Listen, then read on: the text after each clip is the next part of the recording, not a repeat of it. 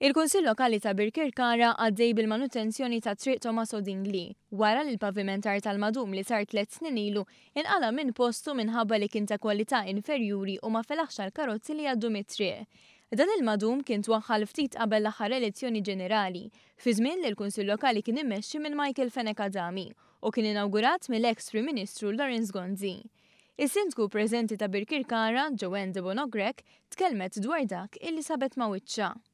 Bħala pedestrian il-madum sar irqiq, aħna konsultajna kemm il-darba man-nies, in-nies ma jixtiequx li dil-pjazza tingħalaq, għalhekk issa peress li fondi tal-Ewropa qed nerġgħu nirranġawha ħanamlula minn fejn jgħaddu iktar karozzi. It-tender kien ħareġ biex it-triq issir biss waħda pedonali, imma dan ma seħħx għaliex il-Kunsill preċedenti ħalla l-karozzi jgħaddu minnha wara l-oppożizzjoni tar-residenti.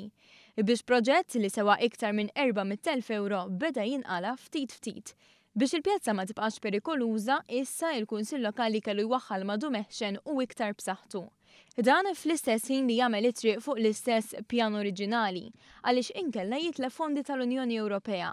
Ma kienx biss l-infrastruttura tat-triq li saret ħażin.